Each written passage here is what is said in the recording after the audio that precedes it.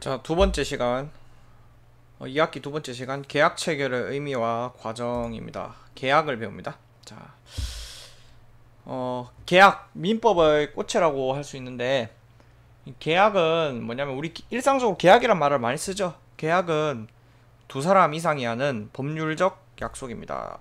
두 사람 이상이 하는 약속을 계약이라고 부르는 거죠. 그럼 어떤 게 계약이냐? 뭐 여러 가지 종류가 있습니다. 매매. 매매는 물건 파는 거죠. 도급. 도급은 어떤 일의 완성을 이렇게 결과로 서로 약속을 하는 건데, 뭐 이런 겁니다. 뭐 미술 작품 하나 그려주세요. 아니면 뭐 물건 하나 만들어주세요. 그런 게 도급입니다. 고용. 고용은 이제 사장과 노동자 사이의 계약인 거죠. 임대차, 월세, 전세 이런 겁니다. 어떤 뭐 부동산이나 뭐 동산 뭐 등등 빌려가지고 내가 쓰겠다 이거고. 증여, 증여는 그냥 주는 거예요. 그냥 주는 것도 약속입니다. 교환은 이제 그냥 주는 건 아니고 뭐와 뭐를 바꾸는 거죠. 매매랑 다른 점은 매매는 돈 주고 바꾸는 거고 교환은 물건끼리 바꾸는 겁니다. 뭐 이런 게 계약인데, 자, 법에 왜 이런 걸 굳이 규정해놨냐면, 이제 민법은 기본적으로 문제가 생겼을 때 해결하려고 있는 법이에요. 문제가 생겼을 때 해결하려고 있는 법이기 때문에 쓸데없이 우리 일상적인 걸 많이 쪼개고 분석하고 요런 게 조금 있습니다. 만화를 잠깐 볼게요.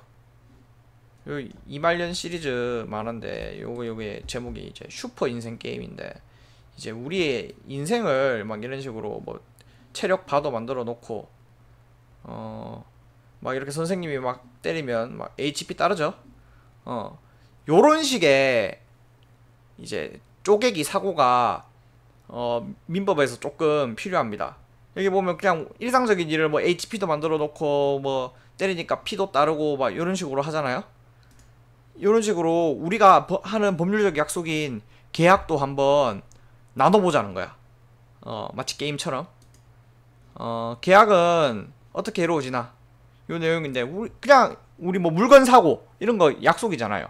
그런데 이런 걸 한번 과정을 쪼개보자는 거예요. 과정을 쪼개고 어떤 효과가 발생하고, 자, 뭔 소린지 모를 것 같은데, 자, 일단 차례대로 가봅시다. 계약은 언제 성립하냐, 이거를 굳이 정해놨어요. 왜냐, 문제가 생겼을 때 이런 게 중요하거든. 서로 막 법정 가고 이러면 중요하거든. 언제 계약을 했는지가. 이 계약은 언제 이루어지는 걸로 민법은 보냐면, 서로 의사표시를 했을 때요. 서로 우리 계약하자 말했을 때. 말했을 때 뭐 글로 할 수도 있겠죠. 그런데 중요한 거는 계약서를 썼을 때가 아니에요. 계약서를 쓰기 전에 말만 했어도 계약은 이루어지는 겁니다. 잘 알아놓으세요. 계약서를 안 써도 계약입니다. 친구한테 장난으로 야, 내가 너 뭐 성공하면 내가 1억 줄게, 뭐 이런 말 했어요. 계약입니다. 계약서 안 썼어도 계약입니다. 만약에 그거 안 지키면 왜 내 계약 안 지키냐 소송 걸 수 있는 거예요. 계약의 성립은 서로 이렇게 말을 했을 때 이루어지는 거고, 그러면 계약의 효과는 뭐냐? 효과는 뭐냐? 이제 권리와 의무가 발생을 합니다. 예를 들어 이제 물건을 사러 갔어요. 이제 편의점 주인한테 내가 스크류바를 사러 갔어요. 그러면 스크류바 주세요 하면 편의점 주인은 권리가 발생을 하죠. 이제 내 돈을 가져갈 수 있는 권리가 발생을 하고 의무가 발생을 합니다. 스크류바를 줘야 함. 의무가 있죠. 그리고 나 역시 권리가 있죠. 스크류바를 받을 수 있는 권리가 있고 의무가 있습니다. 돈을 줘야 할 의무가 있죠. 이렇게 계약을 하면 이제 권리와 의무가 발생을 하는데, 보통 동시에 발생하는데 아닌 경우도 있어요. 예를 들어 뭐 그냥 주는 경우는, 이제 내가 이제 친구한테 돈을 그냥 언제 주기로 했어요. 그러면 나는 오로지 의무만 있는 거죠. 계약은 그럼 그 다음 거 계약은 언제 이행을 하냐.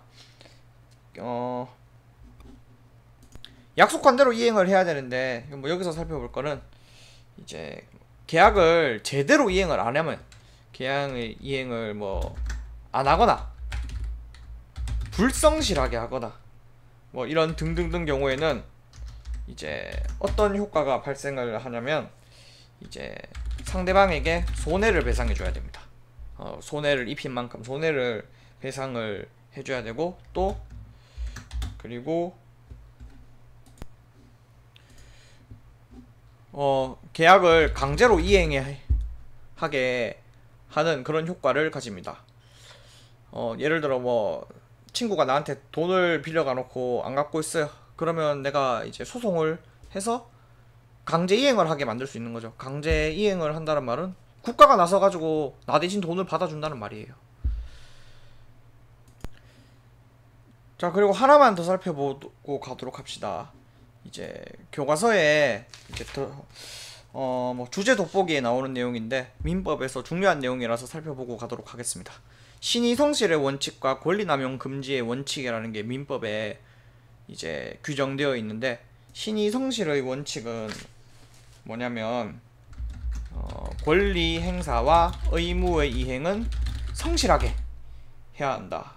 요런 게 신의성실의 원칙인데 무슨 소리냐면 이제 기본적으로 이제 민법이 잘 돌아가려면 이제 상대방에게 신뢰를 헛되이 하지 않아야 합니다. 무슨 소리냐면 예를 들어 편의점에 물건 사러 가면 이제 내가 돈을 주면 정당한 물건이 지급된다 요런 믿음이 있기 때문에 우리 사회가 돌아가는 거 아니에요. 그런데 이제 그거를 이제 깨트리는 행동은 용납될 수 없다 요런 겁니다. 예를 들어 신의성실의 원칙을 위반하는 사례는 뭐 요런 게 있습니다.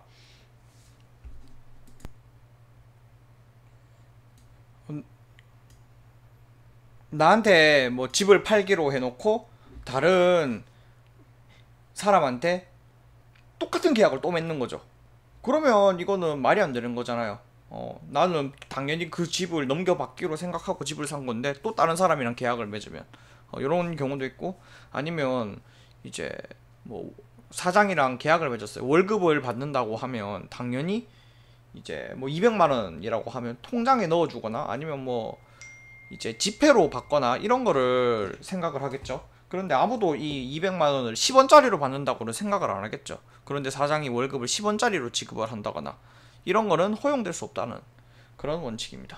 그다음 권리남용 금지의 원칙은 뭐냐면 기본적으로 나한테 권리가 있다고 해도 이 권리 사용이 오로지 남의 이익을 해치기 위한 경우에는 금지된다.